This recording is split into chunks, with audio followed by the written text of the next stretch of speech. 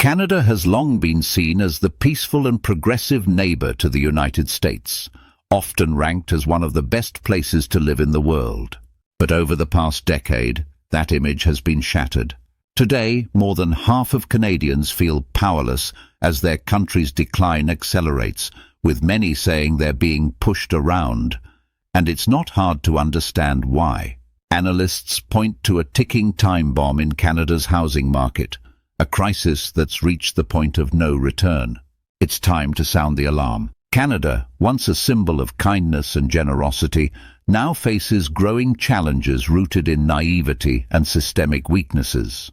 Over the past 10 years, Canadians have seen nearly every aspect of their lives become increasingly unaffordable.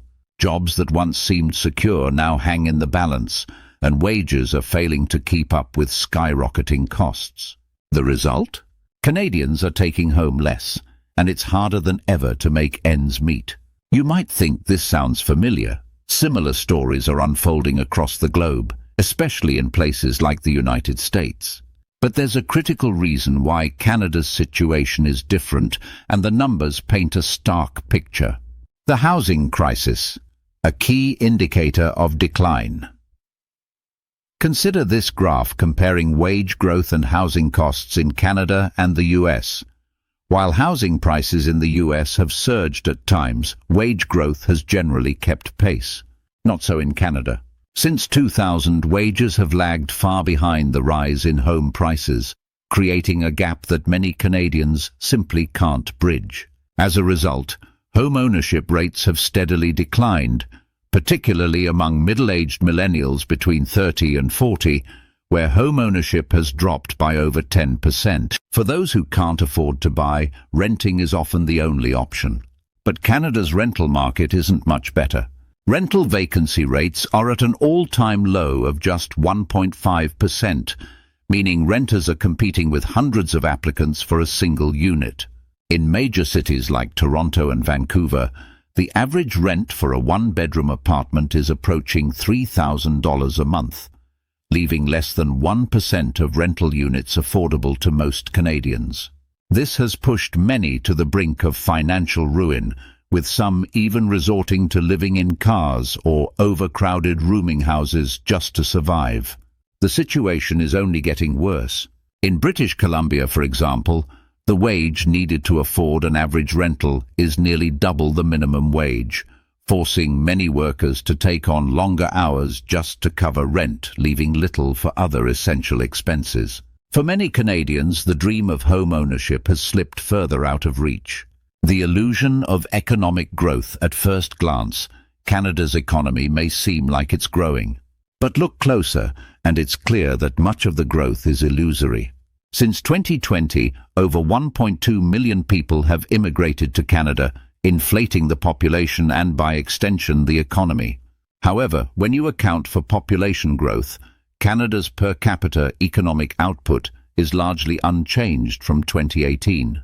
This growth has been accompanied by a massive expansion of government spending. The provincial government of British Columbia, for example, grew by 23% in just 3 years following 2020, while the federal government has added nearly $2 billion in costs since 2015. This increase in government size has been funded by higher taxes, further straining Canadians who are already grappling with the rising cost of living. When Justin Trudeau was elected in 2015, many hoped for a new era of progress and solutions to Canada's deepening problems. 9 years later, those problems have only worsened, and living in Canada has become more challenging every year. The decline of traditional jobs and the impact of automation. The roots of Canada's economic decline lie partly in the industries that once drove its prosperity, namely resource extraction. As the second-largest country in the world by landmass, Canada is rich in natural resources, particularly oil, gas, and minerals. For much of the 20th century, resource extraction was the backbone of the Canadian economy, creating thousands of jobs, not just in the extraction industries, but in related sectors like transportation and infrastructure. This resource boom fueled Canada's rise, supporting a growing middle class and diversifying the economy. But over time, these industries have started to decline. Employment in oil and gas, for instance, peaked in 2014 and has dropped by around 23% since then. This decline, coupled with the volatile nature of oil prices, has put immense pressure on Canada's economy.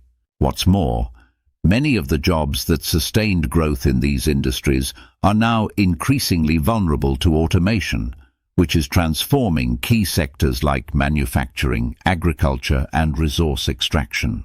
As a result, workers in these industries, particularly those without higher education or specialized skills, are facing job displacement or transformation, leading to increased inequality.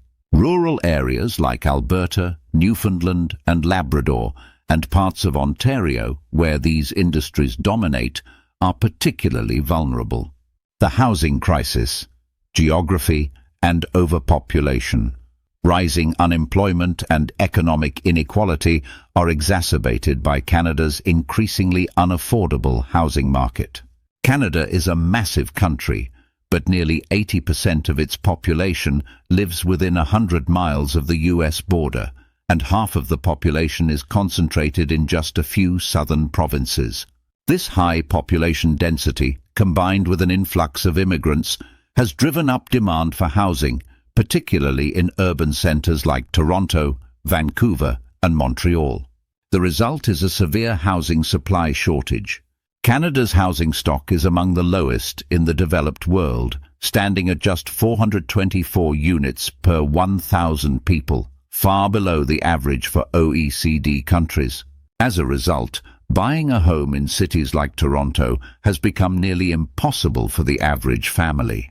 In fact, to afford an average home in Toronto, a family would need to earn around $280,000 a year, more than double the city's average household income. Immigration, a double-edged sword. While immigration has been crucial to Canada's population growth, it has also exacerbated the housing crisis. Immigration now accounts for nearly all of Canada's recent population growth, and the surge in newcomers, especially to urban centres, has intensified demand for housing. In 2023 alone, Canada welcomed a record number of immigrants, including a growing number of international students. This has driven up competition for rental units, particularly in cities like Toronto, Vancouver and Montreal, where rents have soared in response. There's growing concern that the government is using immigration as a short-term fix for labour shortages, without fully considering the long-term impact on housing and living standards. While immigration helps fill gaps in key sectors like healthcare, construction and technology, many believe it has worsened Canada's housing crisis, as rising home prices and living costs continue to outpace wage growth. Is Canada's decline inevitable? For many Canadians, the dream of prosperity seems increasingly out of reach. But these challenges are not insurmountable. Canada's housing crisis and broader economic issues can be addressed through bold policy changes. Tackling the housing shortage will require a commitment to building affordable homes, reforming zoning laws, and incentivizing private sector investment. While these changes are politically challenging, particularly at the local level, they are necessary to ensure that Canada's housing market can catch up with demand. Addressing these issues will take time, and Canada's economy will need to make a sustained, long-term push to improve the quality of life for all Canadians. Without decisive action, however, the crisis will only deepen, and the dream of a prosperous, affordable Canada may remain just that, a dream.